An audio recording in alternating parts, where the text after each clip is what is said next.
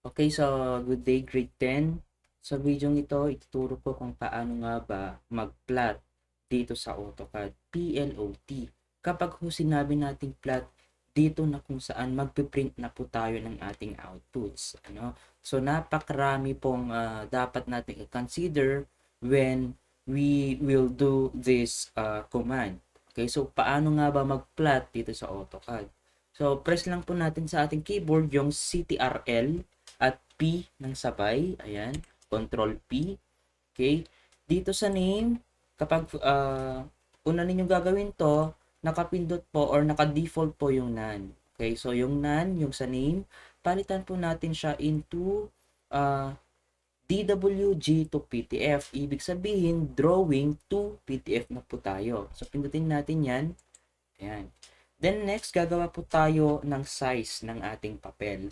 Ang ine-enter po natin is 29.7 by 21, ano? That is 4 cm. But kapag millimeter na po tayo, that is 297 by 210. So magsiset po tayo ng ganong size na paper para sakto naman yung ating pagpiprint. So dito sa tabi ng name, yung pinalitan natin ng drawing to PDF, pindutin natin itong properties. Then, dito sa custom paper sizes. Ayan. Dito sa custom paper sizes, okay, gagawa po tayo na ngayon, pipindutin po natin yung add. Okay? Yung add na yan, pindutin natin yung start from scratch. Then, next lang po natin. Then, ito po, yung units, gawin po natin siyang millimeters. From inches, gawin po natin siyang millimeters. Yan po yung units. Ano? Yung width po natin, kagaya po ng nilalagay po natin nun, dito sa AutoCAD is 297 or 29.7 in centimeter. Okay? Yung height naman po ay 210. Ito po yung size ng isang A4 size bond paper. Okay? So, in-next lang po natin. Dito naman sa top, bottom, left, right, ito yung margin po natin. Ano?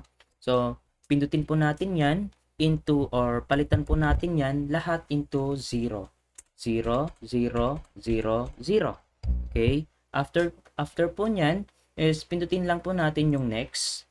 Okay, yung file name po gawin po natin siyang kumbaga Mabalo A4. Okay. So next lang po natin, then finish na. Okay? In this case, meron na po akong tawag dito na save na A4 size bond paper. Okay? So i-click lang po natin. Okay? Then dito na po sa ating paper size, hanapin lang po natin yung file name po ng ating A4 kanina. Okay? In this case, ang niligay ko noon, okay, is ito pala, Mabalo A4. Ayan, pindutin po natin yung file name nyo kanina. Ayan, sa akin, Mabalo A4. Pindutin po natin tong fit to paper, dapat naka-check po yan, at saka yung center the plot. Okay? Then, kapag wala po dito yung part ng window po ninyo, okay, pindutin lang po natin yung arrow right, okay, para ma-open po natin yan. At dito po sa plot style, dito po sa taas, naka-none po yan, naka-default po yan into none. Okay, so pindutin lang po natin yan into monochrome. Monochrome para lahat ng layer po natin dito sa AutoCAD, ayan, kung kunwari ito ay blue, gagawin po niyang black. Okay, pag monochrome po, black and white po yung lalabas dito sa ating plot. Okay, then landscape lang po natin yan. Okay, original naka-portrait yan pero dapat i-landscape po natin. Ito naman yung preview niya. Nakikita lang naman po natin, ano?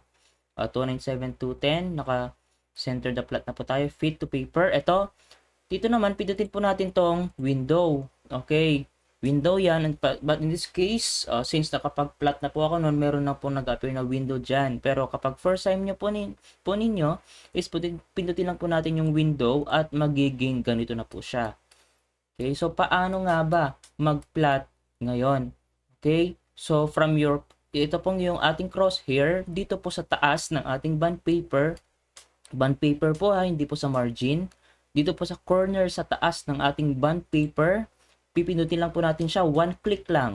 I repeat, one click lang. Okay, idadrag lang po natin doon sa lower part ng ating bond paper. I repeat, sa bond paper po, hindi po sa margin. Pindutin lang po natin ulit, yan pong ating endpoint. Ayan. So, mag-appear po ulit yung window. Then, titingnan lang, tawag dito, select po natin itong apply to layout.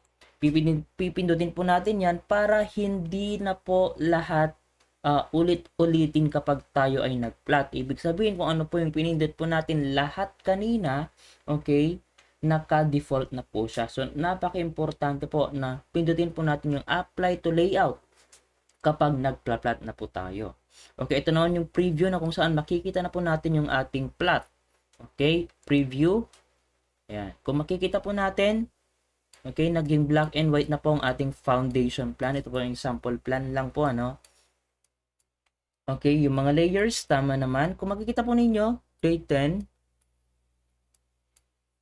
10, nag-a-appear na po dito yung line weight ng ating drawing. Ayan. Ayan, nag-a-appear na po siya. So, kapag makita nga nabangbeng, nga dapat na impis kuma, palitan mo yan into layer. Okay, pero kapag hindi naman po napalitan, ang kulay, kahit nag-monochrome po tayo, ibig sabihin po niyan is, palit ka ng kulay noon dito sa color. Pero kapag napalitan mo yan, okay, kapag napalitan mo po yan, i-highlight mo lang naman lahat yan. Eto, nag-iba yung kulay, gawin mong by layer. Okay? So, by layer yan. Okay. So, Control P ulit. Okay, i-preview ko po. Ayan, okay. Kapag okay na, escape lang po natin. Escape dito sa ating keyboard. Ayan, then click lang po natin tong okay. Kapag pinindot ko po yung okay, may window po ulit na mag-a-appear na kung saan mo ba siya isa-save. Ayan.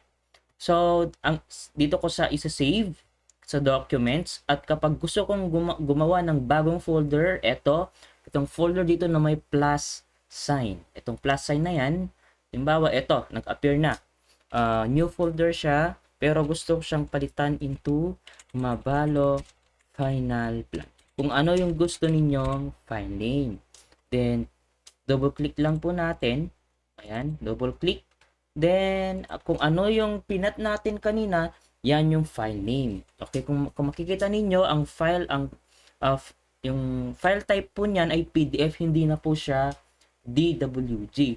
So, ang meaning po ng PDF ay Portable Document File. Okay, so ang file name ay yung kanina, yung ating plinat kanina, that is foundation. Okay, nakadepende po kung anong plan or kung anong paper, anong drawing ang file name po natin. Sisave lang po natin. Ayan, save. So, may mag-a-appear.